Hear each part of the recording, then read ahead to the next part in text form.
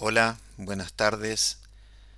Vamos a comenzar con la clase 3 de estabilidad y resistencia de los materiales, materia correspondiente a las carreras de Ingeniería Eléctrica y Metalúrgica de la Universidad Nacional de Hurlingham. En primer lugar, vamos a hacer una suerte de resumen de lo que vamos a ver en el día de hoy, y en ese sentido nos vamos a referir al concepto de vigas, los tipos de vigas, las cargas asociadas a las vigas y cuál es su función en las estructuras. Vamos a ver cómo calcular las reacciones en apoyos a partir del equilibrio. Vamos a analizar el corte y el momento flector y su relación con las cargas. Vamos a realizar la construcción e interpretación de diagramas característicos y finalmente nos vamos a referir a la introducción al equilibrio de cuerpos vinculados, grados de libertad y tipos de apoyo. En primer lugar, nos preguntamos dónde usamos vigas.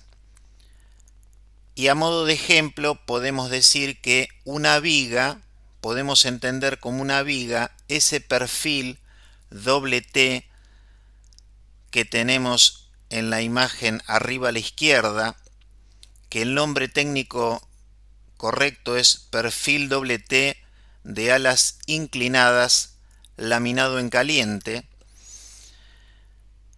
Estos tipos de perfiles se utilizan en estructuras como la de arriba a la derecha, en donde tenemos un sistema que permite el movimiento de cargas, como si se tratase de un puente grúa.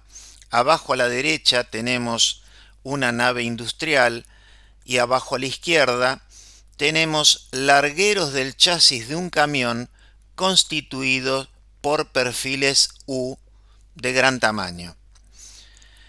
En relación a las vigas, entonces, hoy vamos a aprender cómo calcular las reacciones, cómo calcular el corte y el momento en vigas como estas. Bueno, en la imagen tenemos una viga de longitud AB que está apoyada en sus extremos, tiene un apoyo en el extremo A articulado, tiene un apoyo móvil en el extremo B, está sometida a una carga concentrada P que se ubica a la mitad de la luz de la viga, en donde la luz de la viga no es otra cosa que el largo o la distancia AB. Vamos a definir qué entendemos por viga y decimos que es una barra prismática larga sometida a fuerzas o momentos en un plano que contiene a su eje longitudinal. Tipos de cargas. Actúan perpendicularmente al eje longitudinal produciendo flexión, tal que la función estructural de la viga es resistir esta flexión y transmitir las cargas. El análisis de una viga se realiza a través de verificar el equilibrio del conjunto y de cualquier sección de la misma, y eso se hace a través de los principios de la estática. En cuanto a la resistencia interna, las fuerzas externas, que hablamos de fuerzas aplicadas y reacciones, la resistencia interna, a través de las fuerzas externas se generan esfuerzos internos que se analizan mediante la resistencia de los materiales. Esos esfuerzos internos hemos nombrado dos: el corte y el momento flector. Tipos de vigas. En el esquema tenemos una viga en voladizo, ¿sí? Definición de viga en voladizo. Es una viga sujeta rígidamente en un extremo, el izquierdo de la imagen, y libre en el otro, el derecho de la imagen. Inclusive en ese extremo libre está actuando una carga concentrada P. Empotramiento. es el nombre que se le da al extremo fijo, al extremo que se encuentra a la izquierda de la imagen.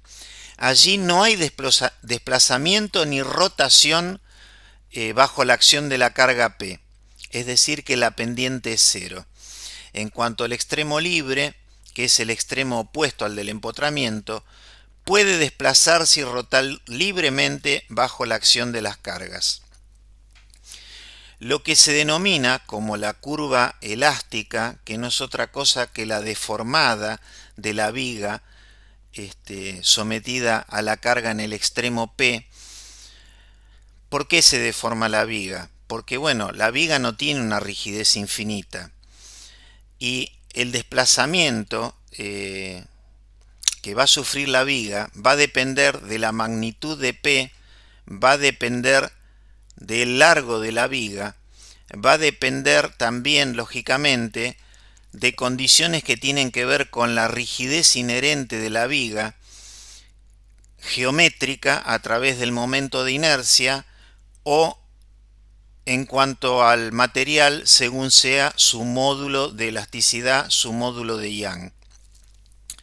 Entonces, bueno, yo iba a dibujar acá, voy a hacer el intento de que resulte lo mejor posible, de dibujar la elástica, que bueno, es una curva que tiene una pendiente cero en el empotramiento, porque en el empotramiento la viga no tiene la posibilidad de rotar, ¿no? Entonces saldría con una pendiente tal cual es la de la viga y luego se iría curvando hacia el lado de la carga, ¿no? Evidentemente el desplazamiento que yo acabo de dibujar por debajo de la carga, bueno, es de una magnitud enorme, pero bueno, lo tenemos allí a los efectos de bueno, poder visualizar la deformación de la viga en el extremo libre bajo la acción de la carga P. En cuanto a las reacciones en el empotramiento, evidentemente vamos a tener una fuerza vertical P que lo que va a hacer es compensar, equilibrar la fuerza actuante en el extremo libre, y por otro lado en el empotramiento vamos a tener un par o momento de empotramiento cuya magnitud es igual al producto de la carga en el extremo libre por la longitud de la viga, y bueno, lógicamente que como equilibra al par producido por la carga P que actúa en el extremo libre de la barra, va a tener que ser necesariamente de sentido contrario. Entonces, a través de estas reacciones se alcanza el equilibrio estructural, permitiendo que la viga resista las cargas aplicadas y, valga la redundancia, mantenga el equilibrio. También tenemos vigas simplemente apoyadas, ¿no? A la izquierda tenemos una viga que tiene un apoyo fijo en este extremo, tiene un apoyo móvil en este otro y está sometida a una carga concentrada P. En el caso de la derecha tenemos también un apoyo fijo a la izquierda en la viga, un apoyo móvil a la derecha, pero en este caso esta viga está sometida a una carga distribuida uniforme de valor W, newton sobre metro, y a un momento flector M. Entonces hablamos de vigas simplemente apoyadas cuando la misma se encuentra apoyada en ambos extremos y los apoyos solamente transmiten fuerzas, no momentos. En cuanto al giro en los apoyos, los extremos de la viga pueden rotar libremente cuando la viga se flexiona bajo la carga. Los tipos de apoyos, normalmente hay un apoyo fijo que se lo suele denominar articulado, porque la viga solamente puede rotar alrededor del punto de articulación, Y en cuanto al apoyo móvil, se puede producir la rotación, pero también puede haber un desplazamiento de la viga en sentido horizontal, que por ejemplo podría servir para compensar la dilatación del material cuando la temperatura es elevada o cuando la temperatura es baja, ¿no es cierto? Que frente a esos cambios de temperatura, lo que sucede con la viga es que se va a tender a alargar o a cortar respectivamente. Bueno, otra cosa más que se puede decir respecto del movimiento horizontal que permite el apoyo móvil, que en ambas vigas simplemente apoyadas se encuentra a la derecha, es que el apoyo móvil permite el desplazamiento horizontal, y lo que estamos agregando acá es que evita que aparezcan fuerzas axiales sobre la viga. Bueno, tipos y aplicaciones de viga. Un ejemplo muy característico es utilizar los perfiles doble T, que son los que se encuentran en la imagen de la izquierda, para las estructuras correspondientes a los puentes grúas, ¿no? Acá tenemos eh, el, el puente grúa, concretamente es toda la estructura que está en amarillo. En los extremos tiene una suerte de carros. La viga principal, que es la viga larga, tiene unos carros dotados de ruedas que permiten, tanto de un lado como del otro, que el puente grúa se pueda desplazar en sentido longitudinal hacia un lado o hacia otro. Y luego el sistema que levanta las cargas también tiene la capacidad de desplazarse a lo largo de la viga principal en sentido transversal, de modo tal que con los tres movimientos, el movimiento longitudinal, transversal y el de alzamiento de la carga, poder recorrer todo el volumen de una planta industrial. Bueno, vamos a ver un ejemplo a través de un video.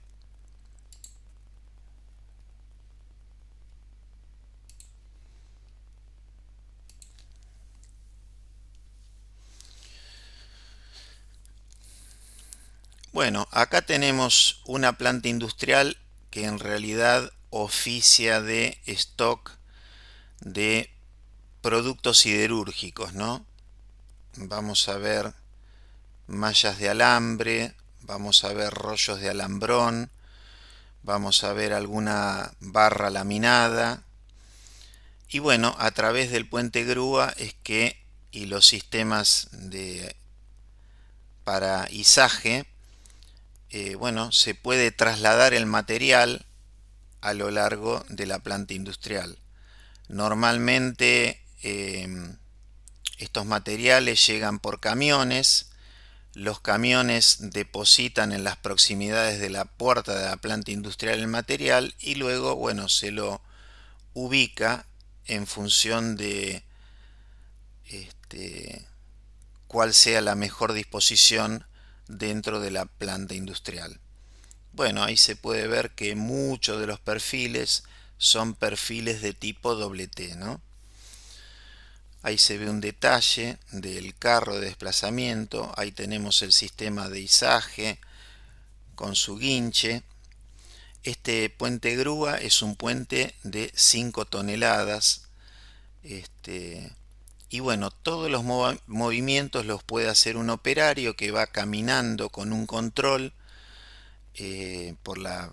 por el piso de la planta, siendo que ese control está conectado eléctricamente a todo el sistema de movimiento del sistema de izaje.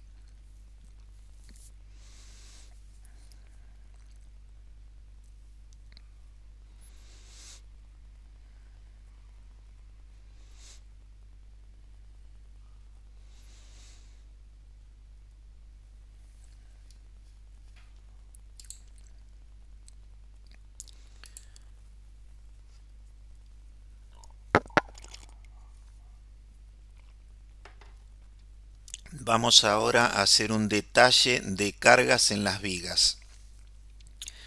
En la figura de arriba a la izquierda tenemos una carga puntual, es decir, una fuerza aislada P que actúa en un punto específico de la viga y, lógicamente, como al ser una carga, una fuerza, se la mide en newton. Luego tenemos cargas distribuidas uniformes. En esta zona de la viga de la derecha, en esta zona, tenemos una carga distribuida uniforme, uniformemente repartida, que está actuando a lo largo de un sector de la viga con una intensidad constante, en donde el valor de esa carga uniforme es una fuerza por unidad de longitud, es decir, newton por metro. ¿Cuál podría ser un ejemplo? Concretamente el peso de una viga. O sea, si bien es cierto que nosotros el peso de una viga, por ejemplo 100 kilos, lo vamos a considerar como una fuerza concentrada aplicada a la mitad de su longitud, la realidad es que tranquilamente también podríamos considerar el peso como una carga distribuida. De hecho, los perfiles en las normas, dentro de las características que aparecen en las tablas de los perfiles, está dado el peso por metro. Y el peso por metro no es otra cosa que una carga distribuida uniforme. Bueno, también podemos tener cargas distribuidas variables como la W, que está en la imagen del lado derecho, o inclusive, como ya hemos visto en alguna figura anterior, las vigas también pueden estar sometidas a un momento aplicado M mayúscula. También se lo puede denominar momento y par son sinónimos, par aplicado, además de las fuerzas. Y los pares o momentos, las unidades son newton metro. Acá tenemos tres casos de cargas distribuidas. A la izquierda una carga distribuida uniforme, en el centro una carga distribuida triangular y a la derecha una carga distribuida trapezoidal que se puede dividir en una carga distribuida uniforme, la de abajo, y en una carga distribuida triangular, la de arriba. Entonces, nosotros podemos reemplazar la carga distribuida por una fuerza concentrada que produzca el mismo efecto mecánico. Entonces, podemos hablar de una fuerza concentrada equivalente. En el caso de la carga distribuida uniforme, el valor de la resultante será igual al producto entre el valor de la carga uniforme W, que son newton sobre metro, multiplicado por el largo L, resultando que el largo L es metro, nos va a quedar una carga en newton. Y lógicamente, al tratarse de un rectángulo, el punto de aplicación de esa resultante corresponde al centro de gravedad de la carga distribuida, que será a la mitad de esa longitud, a L sobre 2. En el caso del triángulo, tenemos que la resultante va a tener por módulo al producto de W por L, pero como no es ya un rectángulo, sino que es la mitad de un triángulo, lo dividimos por 2. Y ya sabemos respecto de la posición del centro de gravedad del triángulo que se encuentra a 2/3 de la longitud L. En el caso de la última imagen, nosotros vamos a tener dos resultantes, una R1 correspondiente a la carga distribuida en forma uniforme y aplicada a una longitud L sobre 2, y otra resultante correspondiente a la carga triangular que está en la parte superior, en donde la resultante es R2 y corresponde a un equivalente mecánico de la carga triangular y que se encuentra a 2/3 la posición de su centro de gravedad del largo L.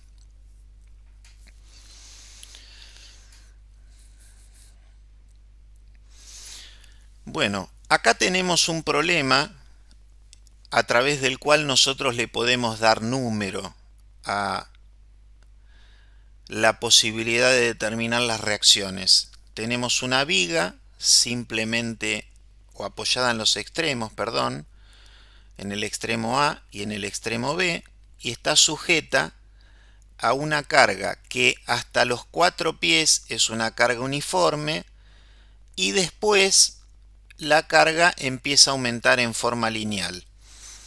En el tramo de 6 pies nosotros podemos dividir la carga considerando en la parte superior la existencia de una carga triangular. Entonces, ¿qué tenemos? Que aplicada a toda la longitud de la viga AB tenemos una carga distribuida de 120 libras-pie, que multiplicado por 10 me da 1200 libras para la resultante de la carga distribuida uniforme, y se encuentra ella aplicada lógicamente a 5 pies, a la mitad de la longitud de la viga. En el caso de la triangular tenemos 280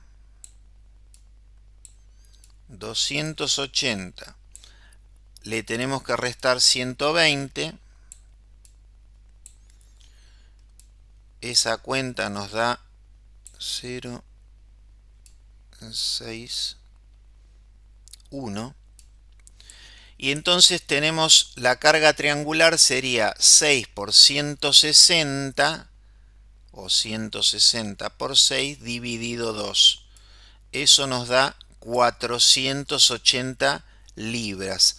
¿Aplicada dónde? Si esto tiene 6 pies, 2 por 6, 12 dividido 3, nos queda aplicado a 4 de donde arranca la carga triangular, o de este borde inicial a 8, como está indicado en el gráfico de acá abajo. En el esquema de abajo ya tenemos las reacciones en el punto A y las reacciones en el punto B, cuyos valores los vamos a determinar aplicando ecuaciones de equilibrio, concretamente ecuaciones de momentos. Podríamos iniciar haciéndolo tomando momentos respecto del punto A, y de acuerdo con los resultados o con los valores que tenemos acá a la izquierda en esta transparencia, la han tomado como convención para los momentos que cuando una fuerza genera un momento de sentido horario es positivo. Entonces fíjense, respecto del punto A tenemos 1200 por 5 positivo. Después tenemos 480 por 8. Y finalmente tenemos menos, RB va en sentido contrario, por 10. Si de acá despejamos RB, nos queda igual a 984 libras. Ahora, nosotros podemos volver a aplicar momentos, o podríamos hacer una ecuación de equilibrio de fuerzas verticales, ¿no es cierto? Tal que, por ejemplo, hacia arriba podríamos decir que son positivas. RA es la que no conocemos. RA. Después tenemos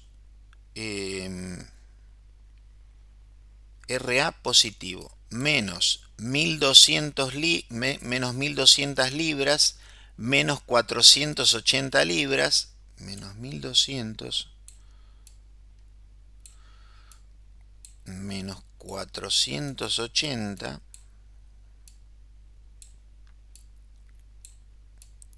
más el valor de RA, perdón, de RB, que son 984. Todo esto es igual a 0. Si hacemos la cuenta, esa cuenta nos da que RA es igual a 696 libras, que bueno, es el valor que está más arriba, ¿no?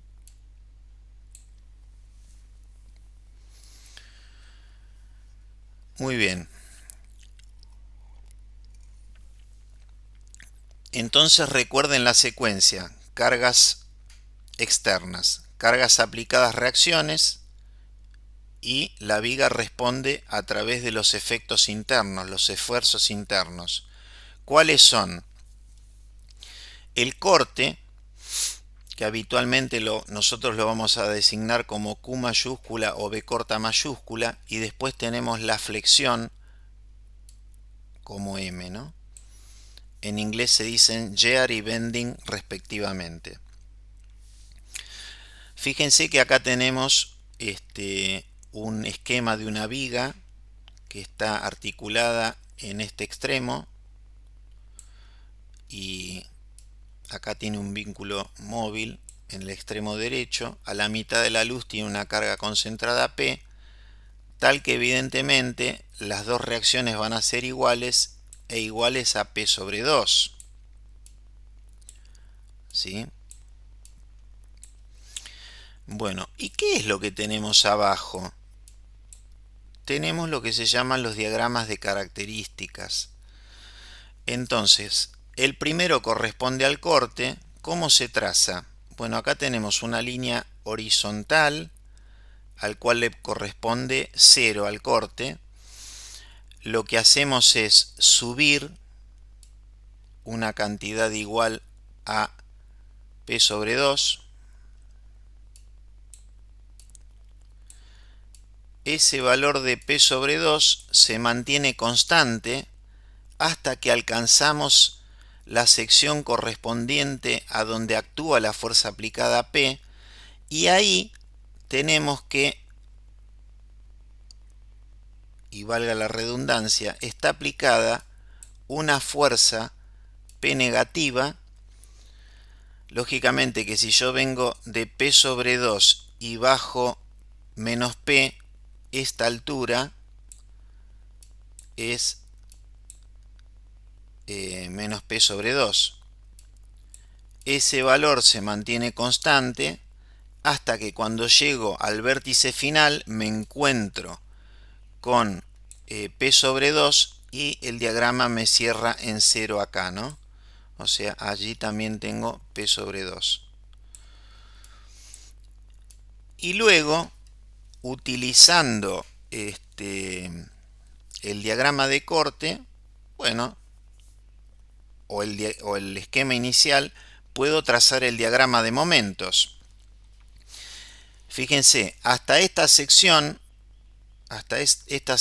lo único que hay aplicado es una fuerza P sobre 2 con un brazo de palanca que es L sobre 2. Entonces, P por L dividido 4. Este momento máximo es P por L sobre 4, y lógicamente que, P por L sobre 4, que va aumentando en forma lineal hasta alcanzar ese máximo, y luego evidentemente va a volver a ser 0.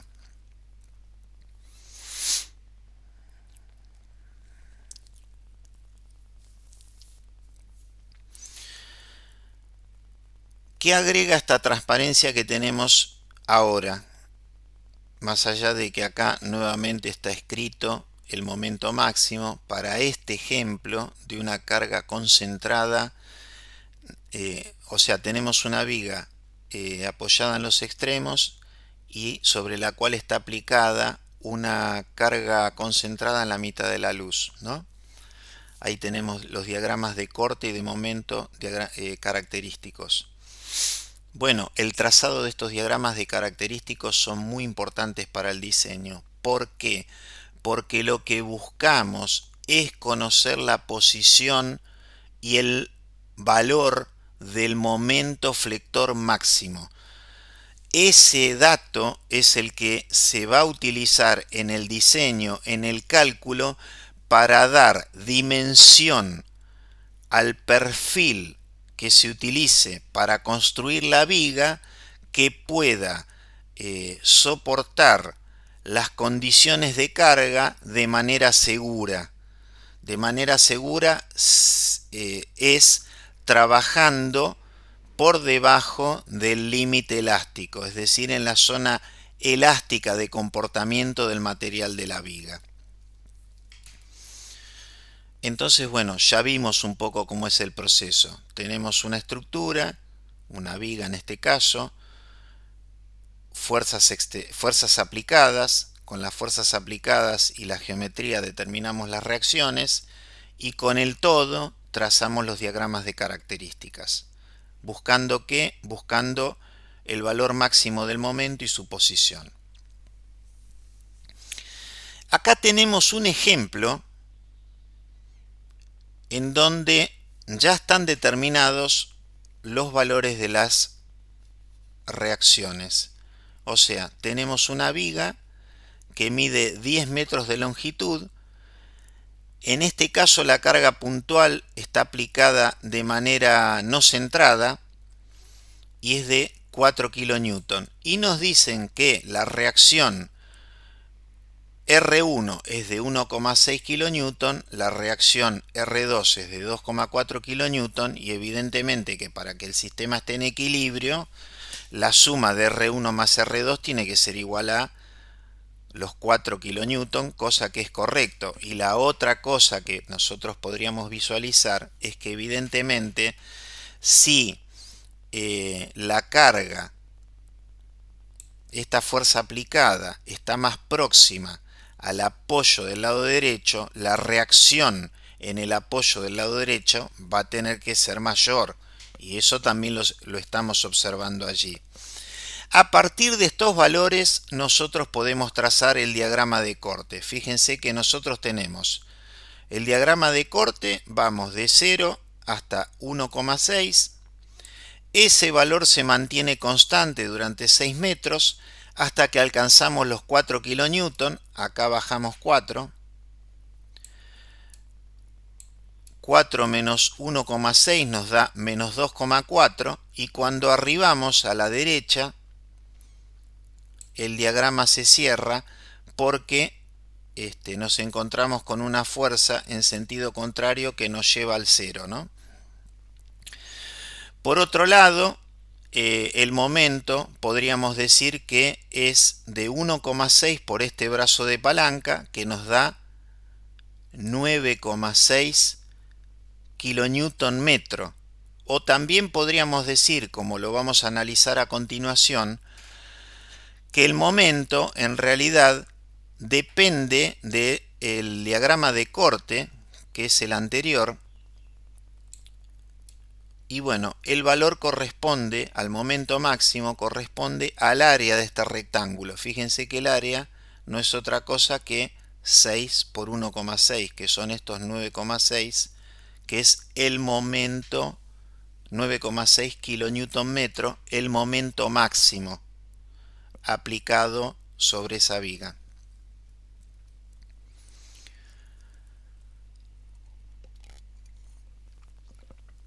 Bueno, ahí yo ya les anticipé que hay una relación de tipo diferencial entre la carga distribuida y el corte, dada por la ecuación 147, así como también hay otra ecuación, otra relación diferencial entre el corte y el momento, dada por la ecuación 151.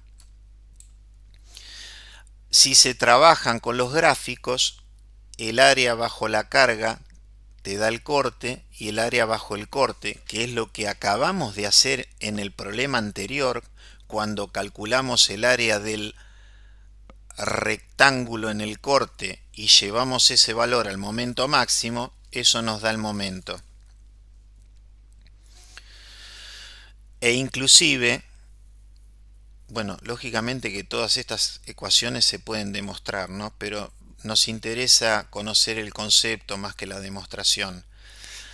Hay una relación completa que relaciona el momento con la carga distribuida y esa ecuación, relación diferencial, está dada por la ecuación 153. A modo de idea final, decir que la carga modifica el corte y el corte modifica el momento, y todo se puede entender mirando pendientes y áreas en los gráficos. Bueno, le pedí a la inteligencia artificial, concretamente al ChatGPT, que me parece que es, por lo menos de las que he tenido la posibilidad de usar, la más avanzada, me realizara una transparencia en la cual pudiéramos mostrarles una equivalencia que a uno le sea más familiar, ¿no es cierto? Y entonces, bueno, se le ocurrió plantearlo en términos de una analogía cinemática. ¿Y cómo es la analogía cinemática? Es lo siguiente. La carga distribuida sería sería análoga a la aceleración. El corte sería análogo a la velocidad. Y finalmente, el momento sería análogo a la posición. Entonces, ustedes lo saben a través de la cinemática, que, y yendo a la analogía, conocer una carga te permite obtener las otras dos, es decir, el cortante y el momento, utilizando procesos de integración, ¿no?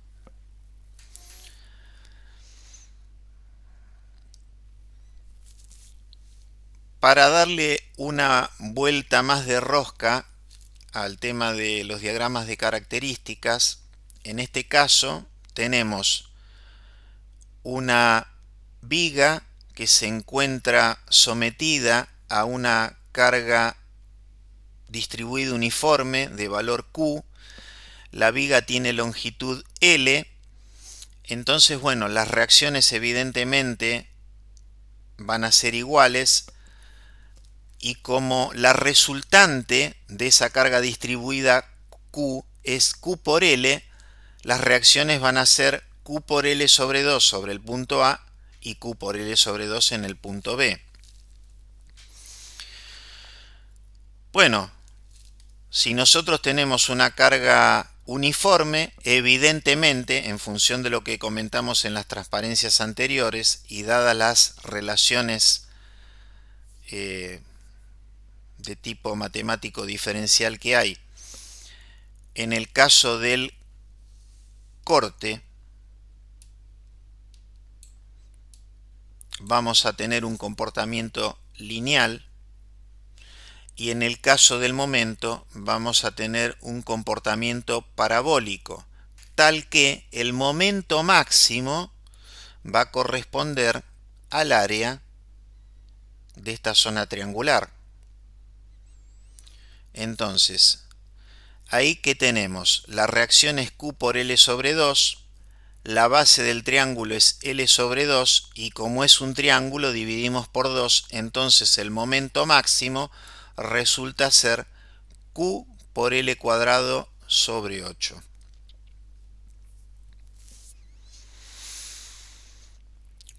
Muy bien. Vamos a referirnos ahora a los sistemas planos de alma llena, porque venimos hablando de corte y de momento, pero los esfuerzos internos se le puede dar una profundidad mayor. Vamos a suponer que tenemos una línea SS, esta línea S de extremos SS, una línea curva contenido en el plano de la pantalla.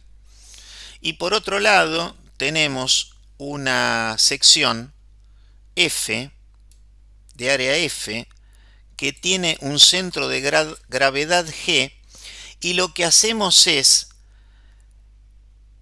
posicionar esa sección perpendicular al plano de la pantalla y unimos la línea SS con el centro de gravedad. Entonces lo que se va a constituir es una viga de sección curva. Perdón, una viga con una sección, si bien simétrica, una viga que tiene un eje curvo, ¿no? Esa viga está sometida a fuerzas aplicadas. Tenemos la fuerza aplicada P sub I, y después tenemos reacciones, que acá están indicadas como R1 y R2. Internamente, si consideramos una de las infinitas secciones que hay entre un extremo y otro de esta viga,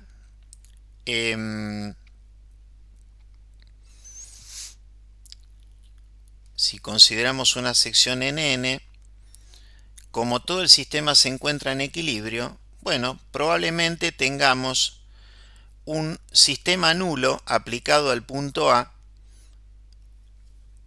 A la fuerza del lado derecho la vamos a llamar resultante del lado derecho, y a la del lado izquierdo resultante del lado izquierdo, tal que, como decíamos, constituyen un sistema nulo, ¿no? Muy bien. Entonces, ¿qué pasa? Nosotros tenemos todas las fuerzas actuantes en un plano, ¿sí? Si nosotros seguimos trabajando con esa sección NN, el paso siguiente sería reducir el sistema de fuerzas al centro de gravedad, con lo cual lo que haríamos sería aplicar un sistema nulo igual al anterior sobre el punto G, de manera tal que de la reducción nos van a resultar un momento. Fíjense que nosotros podemos hacer el análisis o del lado izquierdo o del lado derecho, da lo mismo, son sistemas que se encuentran en equilibrio. Si lo consideramos del lado derecho, vamos a tener, por ejemplo, un momento, un par, porque para llevar el sistema nulo del punto A al punto G tenemos que producir un momento.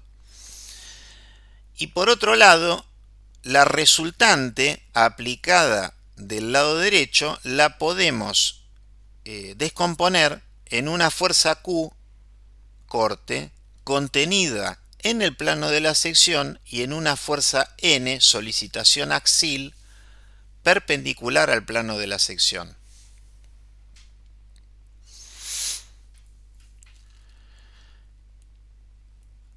Entonces, todo este sistema, que parece bastante complejo su construcción, dada la simetría que estamos comentando, porque estamos tratando con un sistema plano, podríamos reemplazar la geometría por una chapa que se encuentra ubicada en ese plano, ¿no es cierto?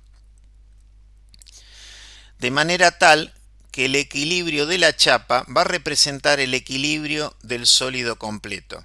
Entonces, sobre esa chapa actúan fuerzas aplicadas P sub I, reacciones de vínculo R1 y R2, resultantes internas R sub I del lado izquierdo y R sub D del lado derecho,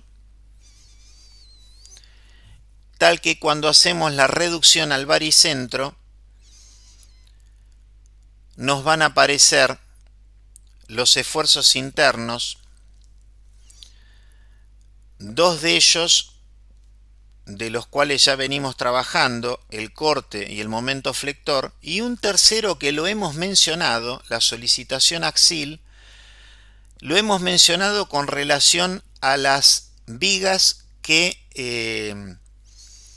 se encuentran apoyadas en sus extremos, y habíamos dicho que si en uno de los extremos tenemos un apoyo libre, como tiene la posibilidad de desplazarse horizontalmente, se va a eliminar la posibilidad de que exista un esfuerzo axial, ¿no? O un esfuerzo, una solicitación axial. Bueno, el momento flector, el esfuerzo de corte y el momento normal constituyen los tres esfuerzos característicos, o simplemente se los suele denominar como características de la sección considerada, y estos pueden ser concebidos como el resultado de la descomposición de la resultante izquierda y derecha en tres partes, por decirlo de algún modo. Muy bien. Imagen de arriba a la izquierda, tenemos, pensemos que es un rectángulo de material que está sometido a cargas de solicitación axil. Los cuerpos reales se deforman porque los metales tienen un comportamiento elástico. Por eso, el rectángulo en línea de puntos correspondiente a la deformada. El material evidentemente se alarga y como bueno, el proceso ocurre a través de esa deformación, en el sentido transversal va a tener una reducción en su medida. Por eso el rectángulo es más largo pero menos ancho. Y después tenemos la simplificación ingenieril del cuerpo rígido, en donde estamos hablando de un sistema no deformable, es decir, si a nuestro rectángulo le aplicamos cargas en los extremos, en este caso de tracción, solicitación axil de tracción, bueno, no se va a producir ningún cambio de forma de nuestro rectángulo. La condición de rigidez, el esquema de la derecha, nos dice que el cuerpo mantiene las formas y las dimensiones aun cuando actúen fuerzas externas. Y se habla que un sistema es plano cuando todos los puntos del sistema se encuentran contenidos en un mismo plano, ¿sí? Y finalmente, cuerpos vinculados son aquellos que en la práctica, son aquellos en donde un cuerpo está apoyado o conectado a otro, generalmente a la Tierra, a través de los vínculos, ¿no?, que generan las reacciones de vínculo o reacciones simplemente dicho. Vamos a ver o profundizar el concepto de chapa. Y entonces decimos que muchos elementos estructurales poseen un plano de simetría. Imaginen el caso de un puente ferroviario, en donde sobre ese puente ferroviario tenemos una vía que está centrada, por decirlo de algún modo, de manera tal que cuando el tren pasa por encima del puente, lo hace de manera centrada, y evidentemente todas las cargas podemos pensar que ocurren en un plano medio de ese puente, ¿no? Ahí estaríamos haciendo una modelización de ese sistema de tres dimensiones asociado a este concepto de chapa. Bueno, en general, entonces decíamos que muchos elementos estructurales poseen un plano de simetría. Y en general, apoyos y cargas también actúan de forma simétrica respecto a ese plano. Y es por esa razón que el cuerpo real se puede modelar como un sistema plano de puntos materiales, y a ese modelo plano se lo denomina chapa. Siendo que chapa es un cuerpo con dos dimensiones predominantes, el largo y el ancho, aquel rectángulo que veíamos anteriormente, y cargas contenidas en su plano medio, es decir, que nos enfrentamos a un problema bidimensional.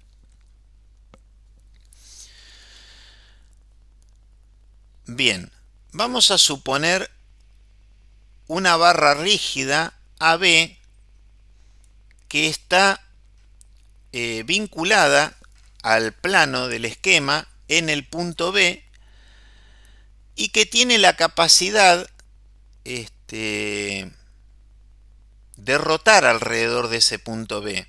Como la barra es una barra rígida, evidentemente lo que geométricamente se va a poder construir a través del desplazamiento del punto A que se encuentra en el extremo opuesto de B es una superficie de tipo esférica, ¿no? A esa barra B se la suele denominar como biela y actúa como un vínculo para el punto A, limitándole, restringiéndole su capacidad de movimiento.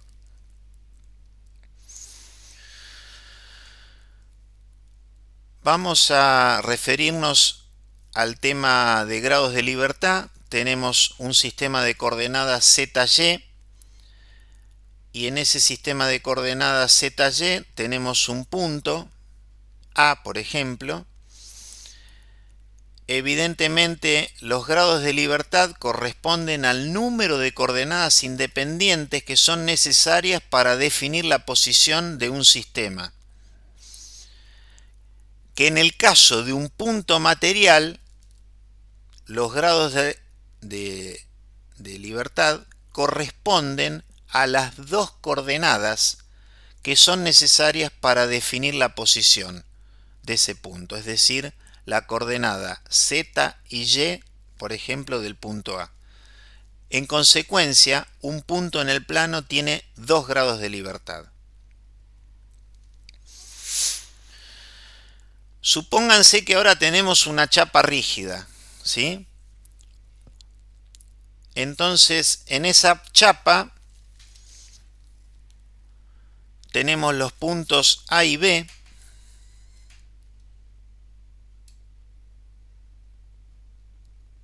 Si hablamos que la chapa es rígida, evidentemente la distancia entre A y B, que es este segmento punteado de longitud D, es invariable. Y si la chapa se mueve, por ejemplo, la chapa pasa de la posición 1 a ubicarse a la posición 2, los puntos A y B pasan a ocupar nuevas posiciones A'B'. Es decir, que conociendo la posición final de dos puntos de la chapa nos permite determinar su nueva posición, y esto sucede así por la condición de rigidez, que mantiene constante las distancias entre los puntos que forman la chapa.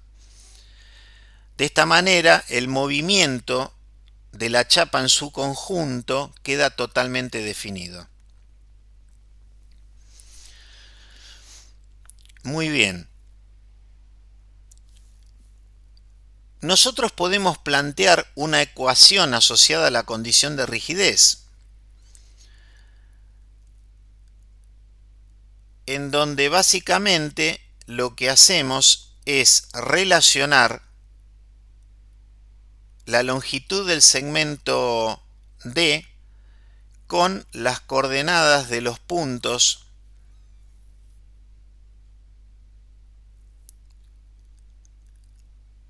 A y B en los ejes Z y Y. Entonces fíjense que como el valor de D es conocido, A nosotros nos bastaría conocer 3 coordenadas de las 4 que tenemos en esta ecuación, porque el valor de D es conocido, es un valor fijo. Nos bastaría con conocer 3 coordenadas,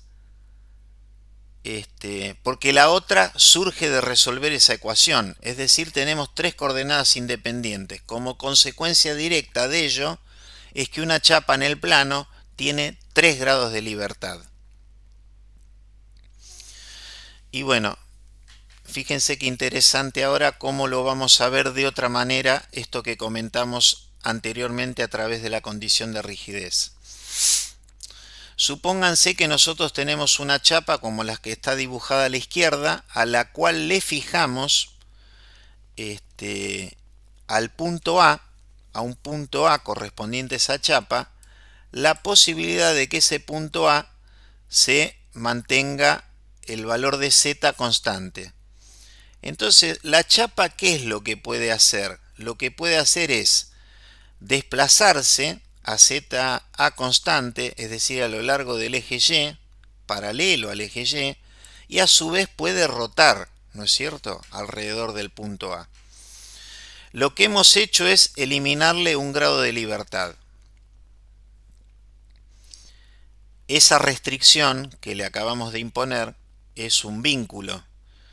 Y la idea que nos tiene que quedar es que menor libertad de movimiento significa más restricciones.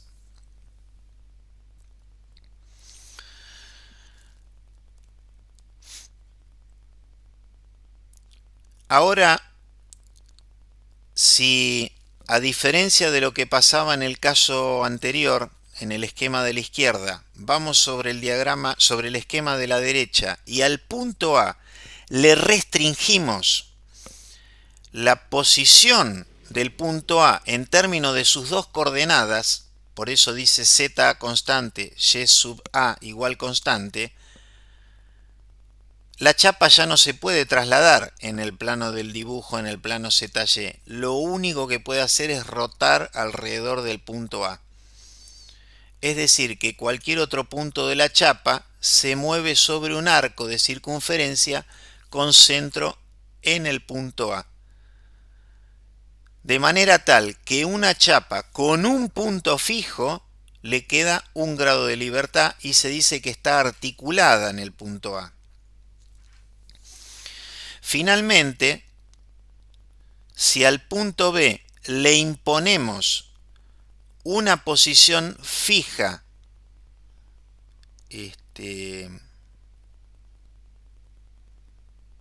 correspondiente a la coordenada Y sub B, ya no hay ninguna posibilidad de movimiento para la chapa por su condición de rigidez, de manera tal que hemos eliminado los 3 grados de libertad de la chapa y concluimos de esta manera que para fijar una chapa a tierra se necesitan 3 condiciones de vínculo. Esto es algo muy importante. Quiero remarcar esto que puede pasarse por alto y que está escrito acá arriba. Un punto tiene 2 grados de libertad XY y una chapa tiene 3 grados de libertad. Si un punto yo quiero que no se mueva, le tengo que restringir esos 2 grados de libertad. Si una chapa quiero que no se mueva en el plano, lógicamente, tengo que restringirle 3 grados de libertad. Fijar un punto, sus 2 coordenadas y una coordenada de un segundo punto.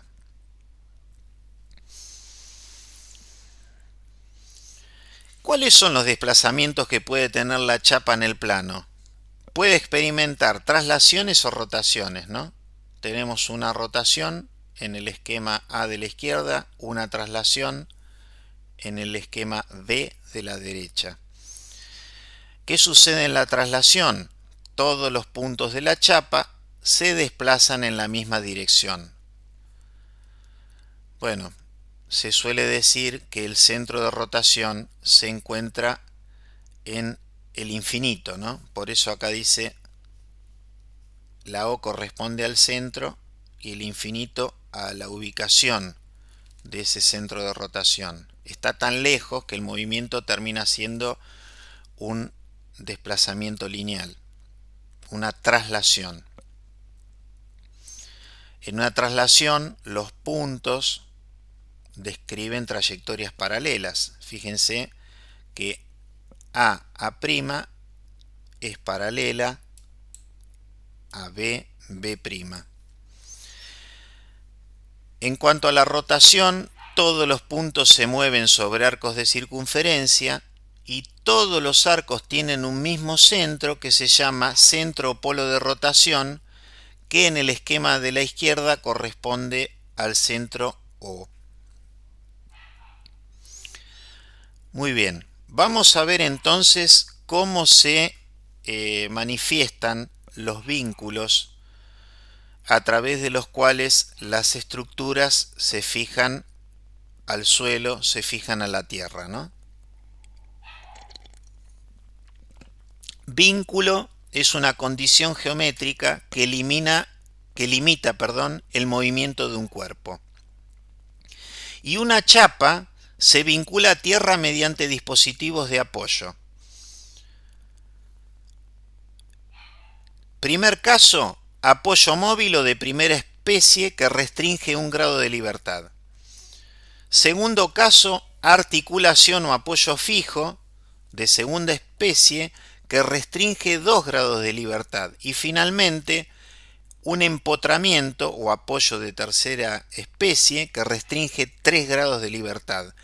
Decíamos antes que para inmovilizar una chapa teníamos que eliminar los 3 grados de libertad. Eso se puede lograr mediante distintas combinaciones de apoyo. Podemos usar 3 apoyos móviles porque cada uno restringe un grado de libertad.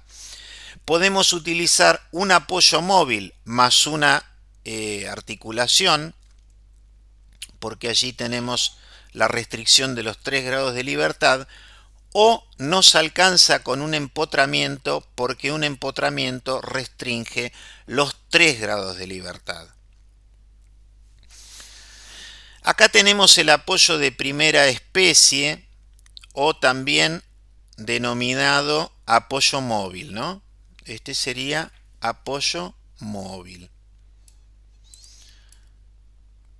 El apoyo móvil, decíamos que la chapa tiene la posibilidad de rotar alrededor del punto A y también tiene la posibilidad de desplazarse en sentido paralelo a la base del apoyo en el sentido NN, ¿no?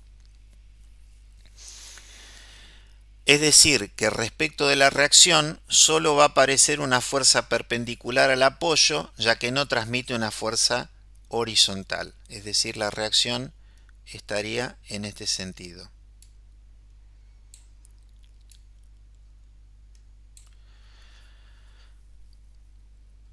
A modo de idea clave, podemos comentar que el apoyo de primera especie o apoyo móvil deja deslizar pero sostiene, ¿sí? Permite el movimiento en una dirección, que es la horizontal, pero bloquea en la otra, que es la vertical. Y bueno, una manera de esquematizarlo lo podemos ver acá en este esquema de la derecha.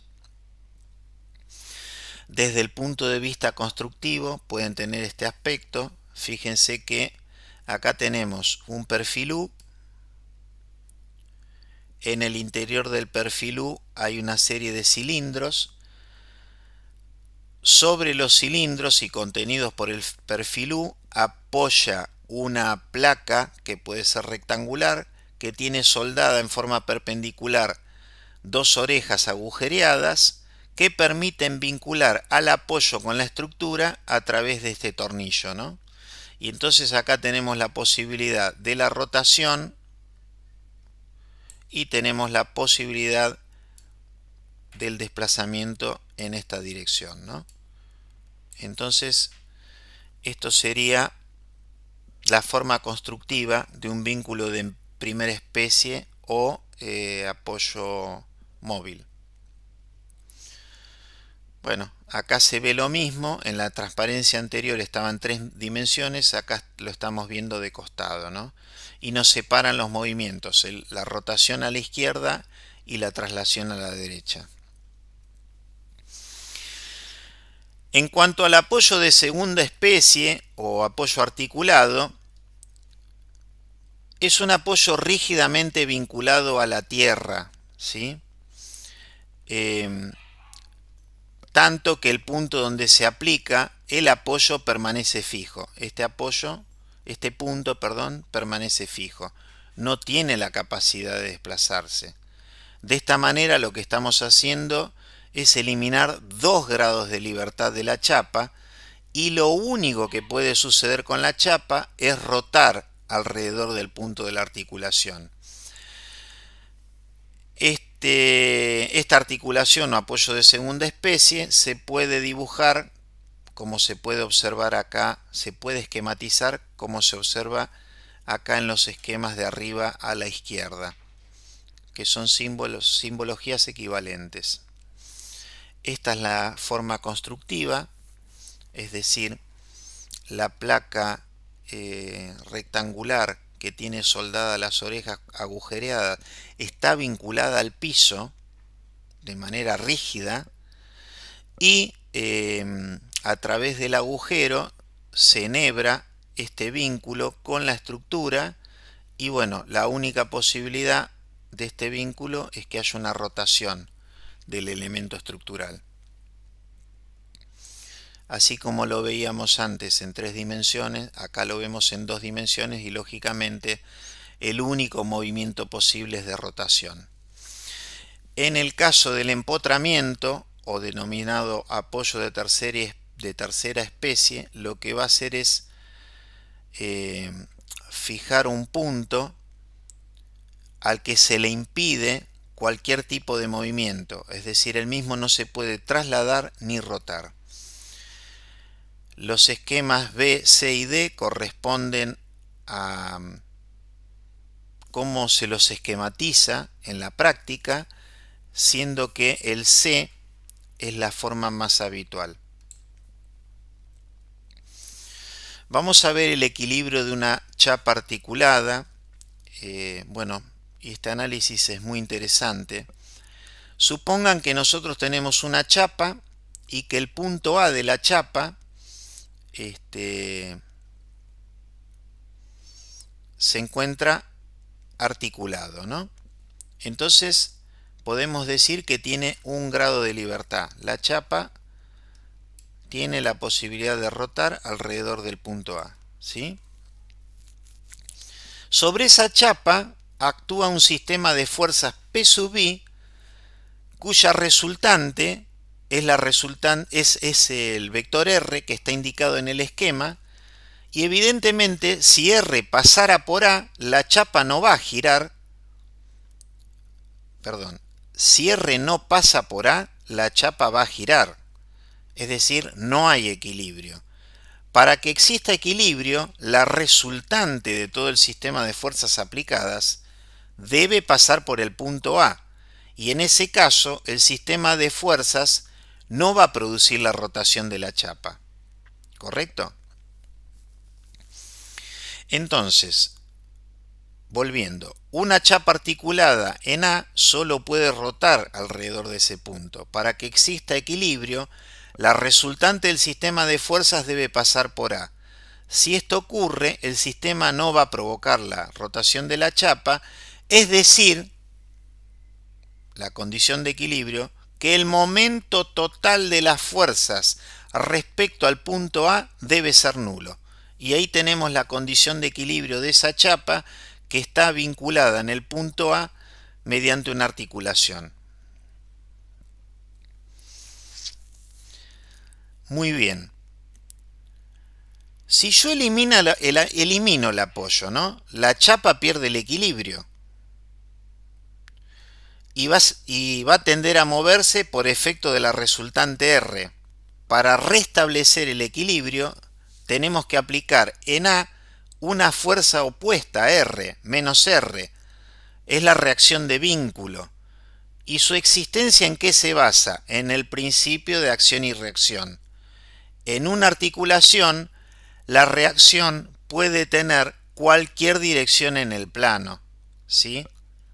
Es decir, podríamos descomponer esa resultante, esa reacción menos R, en una dirección vertical y en una dirección horizontal, que es lo que habitualmente se hace, ¿no? Porque cuando se las componen, la resultante, que valga la redundancia, resulte de esa composición, puede tener cualquier dirección en el plano. Vamos ahora al caso de una chapa que tiene una articulación en el punto A y un apoyo móvil en el punto B. Ahí estamos restringiendo los 3 grados de libertad de la chapa, es decir, que esta chapa no se puede trasladar ni rotar. Y el equilibrio se mantiene para cualquier sistema de fuerzas aplicados. Como consecuencia directa de eso, surge la regla general, que para asegurar el equilibrio deben imponerse tantas condiciones de vínculo como grados de libertad tenga el sistema. Entonces decíamos que un punto tiene 2 grados de libertad, que una chapa tiene 3 grados de libertad, que un apoyo de primera especie quita un grado de libertad, por eso dice menos un grado de libertad. Un apoyo de segunda especie quita 2 grados de libertad, por eso dice menos 2 GL. Y un empotramiento le quita a la chapa 3 grados de libertad, menos 3 GL.